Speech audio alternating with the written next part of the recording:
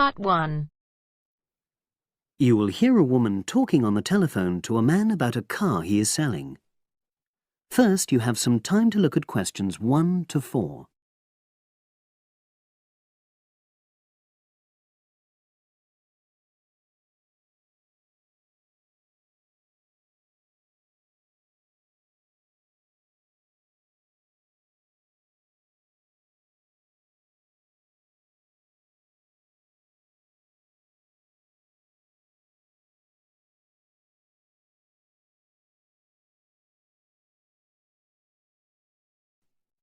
Now we shall begin.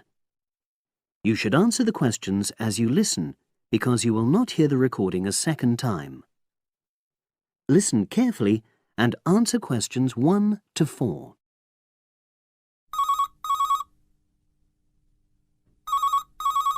Hello, Brian Park speaking. Oh, hello. I'm calling about the advert in the paper. For the car? Yes, the Mini you've got advertised for sale. Oh, yes. I just wanted to find out a bit more information. Of course. What would you like to know? It's my brother who's interested, actually, but he's not in today, so he asked me to call you. Fine. Great, thanks. So, it's a Mini, Yep. and how old is it? Just coming up to 13 years old. And I seem to remember from the ad that it's grey. That's it. Doesn't show the dirt. Absolutely. Anyway, the colour shouldn't be a problem for Jeff. You know, the important thing is the quality. Yes, of course. And what about mileage? With it being pretty old, it's probably over 100,000? Actually, it's 40,000 less than that. 62,000 on the clock. Great! I remember now. I'm confusing it with another ad I was looking at. Right. Pleasant surprise then. Yeah. Have you been the only owner, or was there a previous one? I'm the second one. Before, it was owned by a teacher who was a very careful driver. Didn't have any accidents. Very good. And what about you? What do you tend to use it for? I haven't used it all that much, mostly for shopping. You know the sort of thing. So not much wear and tear. I'll make a note of that. I know Jeff wanted me to check that. Right. Before you hear the rest of the conversation, you have some time to look at questions 5 to 10.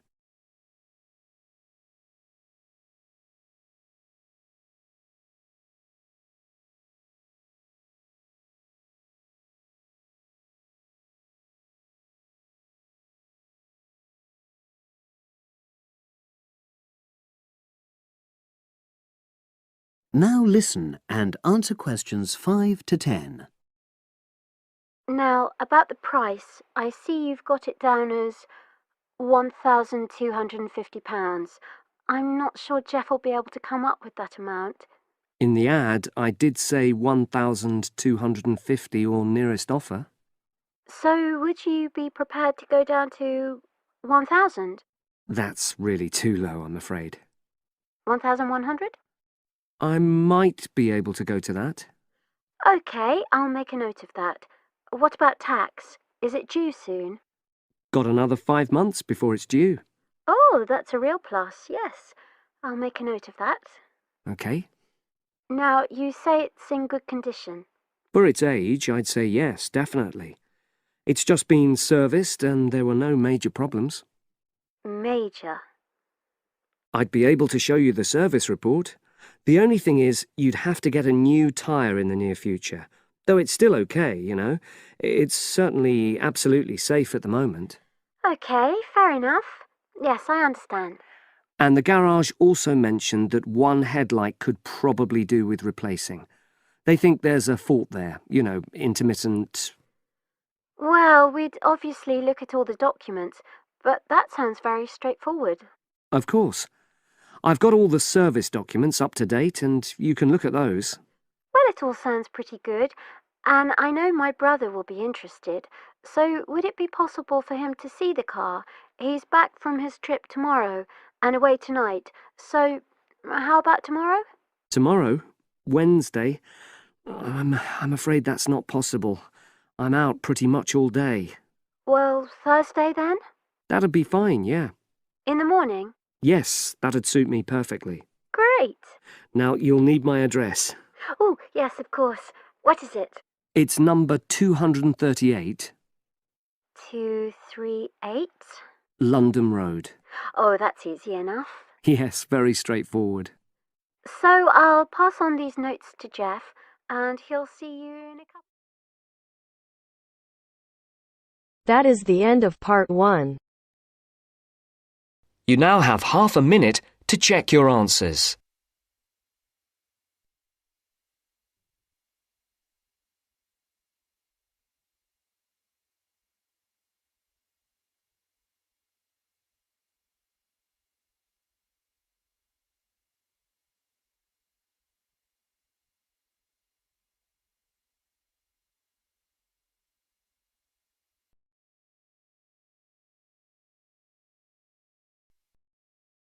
Now turns to part 2.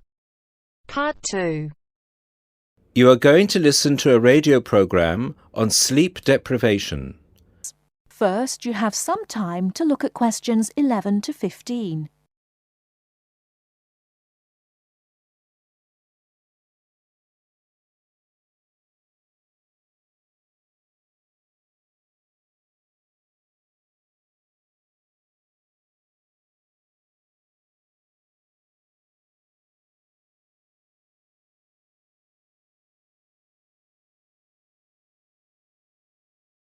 Now, listen carefully and answer questions 11 to 15. With us in the studio today are Dr. Peter Collins, a senior lecturer in the Department of Psychology at the University of Chicago, and Helen Gardner, the author of the book Deep Sleep. They've come to our studio to discuss the effects of sleep deprivation and also give some tips to the sleep-deprived on how to deal with the problem. Welcome to the studio, Helen and Peter. Now, Peter, what are the reasons for sleep deprivation and how can it affect our lives? Well, the research into sleep deprivation started in the late 50s and has been going on ever since. Many researchers link sleep deprivation with electricity, television and computers, which have enabled humans to work 24/7. Before electricity was invented, people's body clocks were synchronized with the sun's schedule, and the average time they spent sleeping was 8 to 9 hours a night. By 1975, that average was down to 7 hours, and today 1/3 of us sleep less than 6 hours a day. This leads to a condition called chronic sleep deprivation, which basically means going for extended periods of time with less sleep than your body needs. Chronic sleep deprivation can cause a variety of physical and psychological problems. At its most basic level, loss of sleep can make us more irritable and less efficient, and can affect long-term memory and concentration, which can result in more accidents. According to the latest research into sleep deprivation is the main reason for 3% of plane crashes, 10% of domestic accidents, 20% of accidents at work, and 45% of all traffic accidents. Research into the physical effects of chronic sleep deprivation suggests more serious and significant long-term complications. Research from my university, the University of Chicago, has shown that sleep deprivation interferes with how the human body regulates insulin and sugar metabolism, which can increase the risk of diabetes. People who are sleep deprived have weakened immune systems and are more prone to viruses and other kinds of infections. People who don't get enough sleep have cognitive problems or difficulties processing and assimilating new information. Lack of sleep affects long-term memory and slows down such abilities as judgment and reaction times. Some researchers link sleep deprivation with obesity, indicating that sleep disorders and eating disorders are often linked. Before you hear the rest of the talk, you have some time to look at questions 16 to 20.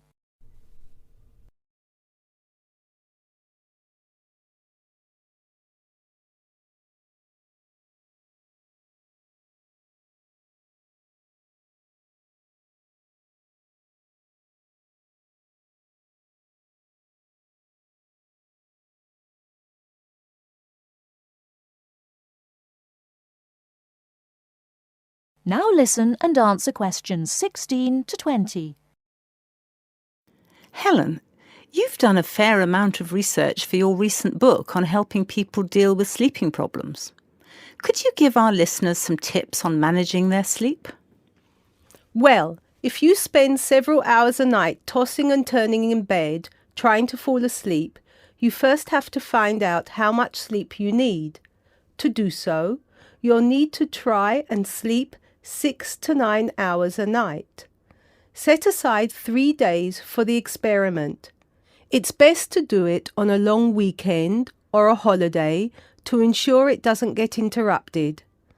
During the experiment, you should go to bed at the same time every night and give yourself 6, 7, 8 or 9 hours of sleep.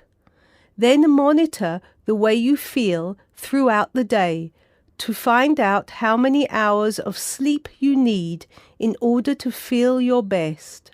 Once you find out how much sleep you need, you can work on improving the quality of your sleep.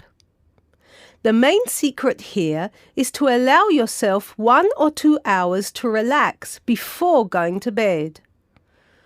You may want to try and have a warm shower or bath before going to bed.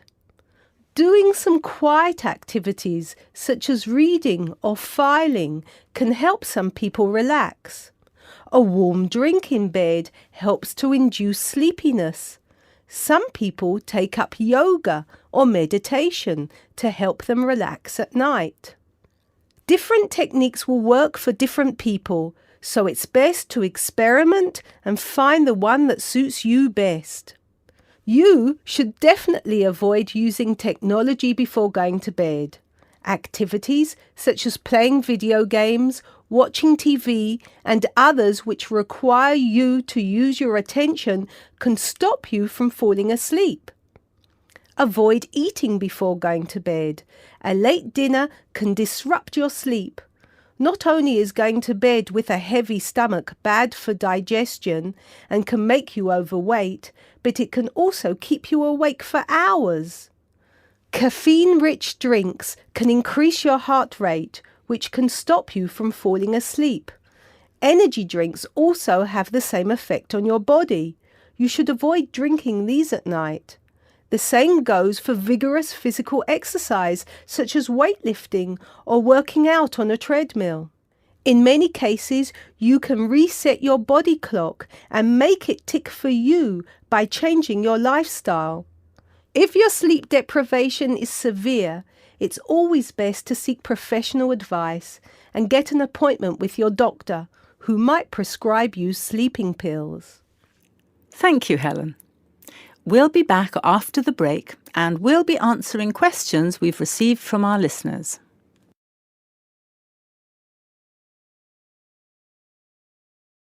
That is the end of part 2. You now have half a minute to check your answers.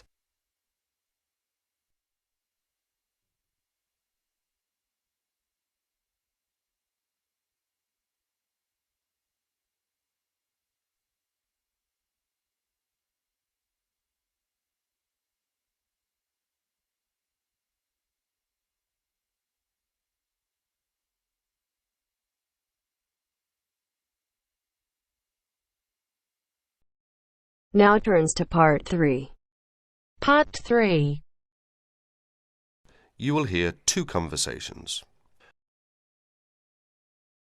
Are based on the following conversation. The answer should be appropriate to the content of this conversation. First, you have some time to look at questions 21 to 25.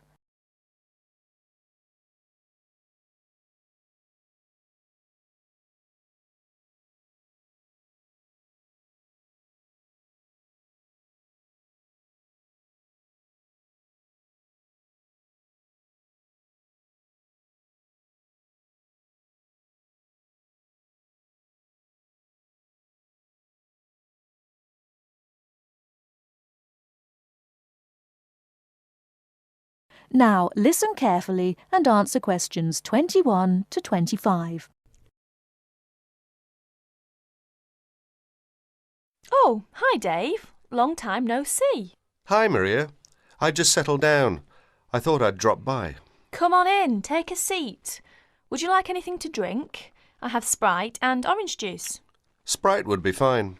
Oh, so how have you been? Oh, not bad. And you? Oh, I'm doing okay, but school has been really busy these days, and I haven't had time to relax.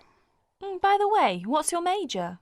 Hotel management. Well, what do you want to do once you graduate? I haven't decided for sure, but I think I'd like to work for a hotel or travel agency in this area. How about you? Well, when I first started college, I wanted to major in French, but I realised I might have a hard time finding a job using the language, so I changed my major to computer science. With the right skills, landing a job in the computer industry shouldn't be too difficult. So, do you have a part-time job to support yourself through school? Well, fortunately for me, I received a 4-year academic scholarship that pays for all of my tuition and books. Wow, that's great. Yeah, how about you? Are you working your way through school? Yeah, I work 3 times a week at a restaurant near campus. Oh, what do you do there? I'm a cook. How do you like your job? It's okay. The other workers are friendly and the pay isn't bad. Before you hear the rest of the talk, you have some time to look at questions 26 to 30.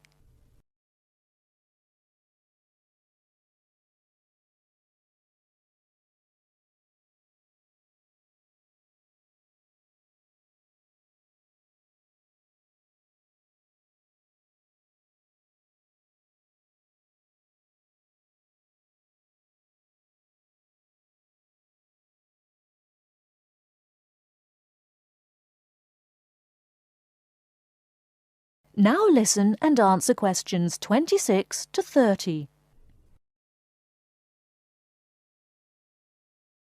Several days later, Dave and Maria met on campus. So what do you want to do tomorrow? Well, let's look at this city guide here.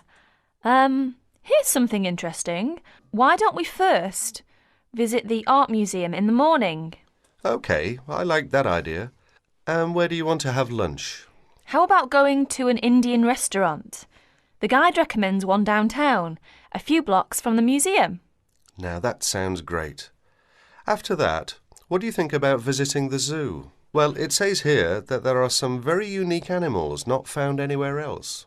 Well, to tell the truth, I'm not really interested in going there. Yeah, why don't we go shopping instead? There are supposed to be some really nice places to pick up souvenirs. No, I don't think that's a good idea. We only have a few traveller's checks left, and I only have $50 left in cash. No problem. We can use your credit card to pay for my clothes. Oh no, I remember the last time you used my credit card for your purchases. Oh well, let's take the subway down to the seashore and walk along the beach. Now that sounds like a wonderful plan. That is the end of part 3. You now have half a minute to check your answers.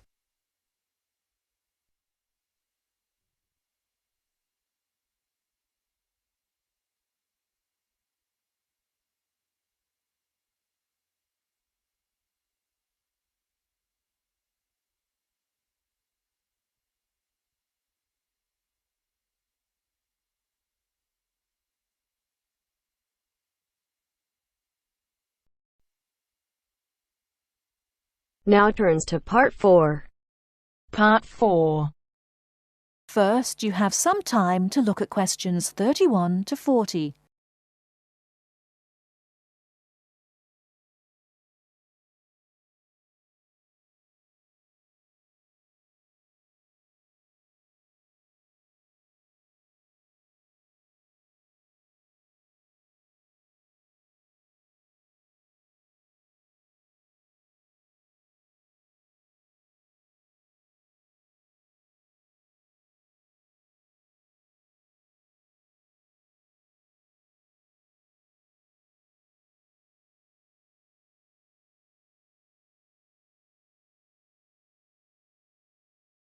Now listen carefully and answer questions 31 to 40.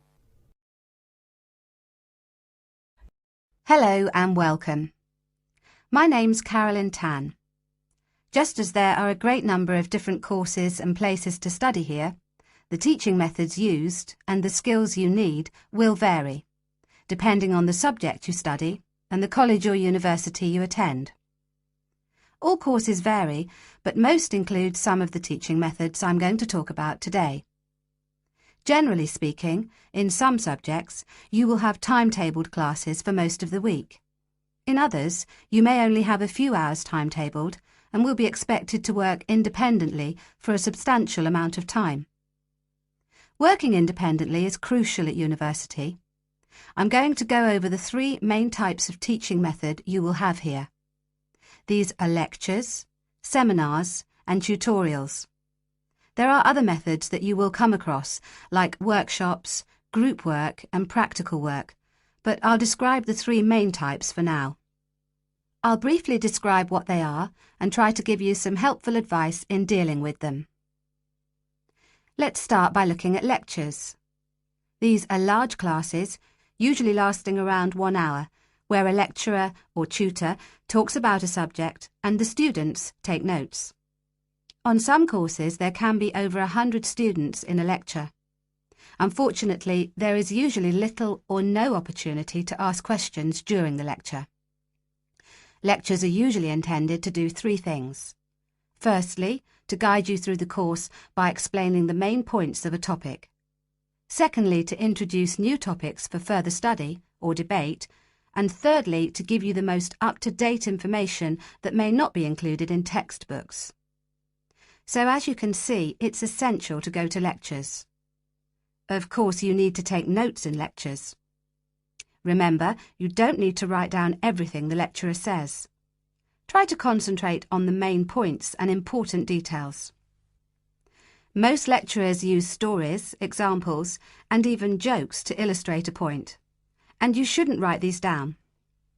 When you take notes in lectures, abbreviations and symbols for common words and terms can help you write faster.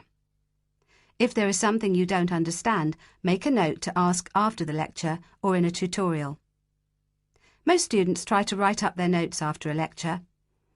It's a good idea to try to be organised. Keep your notes from your lectures in order in a file, but don't just file the notes away until your exams. Read through them regularly, as this will help you with your revision. It's really important to go over your lectures. As an international student, the lecturer will recognise that you may need more help in lectures and that you may want to record the lecture on a digital recorder. If you do want to do this, ask the lecturer's permission first. They will usually agree. Finally, don't worry if you find it difficult to understand the lecturer at first. This will get easier as you get used to their style and as your English improves. OK, that's enough about lectures. Let's have a look at seminars now. Seminars are smaller classes where students and a tutor discuss a topic, and they often last about the same time, if not longer than lectures. You will know in advance what the topic is, and the tutor will usually ask some students to prepare a short presentation for discussion. Seminars are usually meant to encourage debate about an issue. This means different opinions will be expressed by the tutor and students. The aim is not for students to be told the correct answer, but to understand different arguments and make judgments about them. This process helps you learn to analyse topics critically. Some international students find that seminars can be a bit frightening, especially if they're not used to this kind of teaching. Don't worry.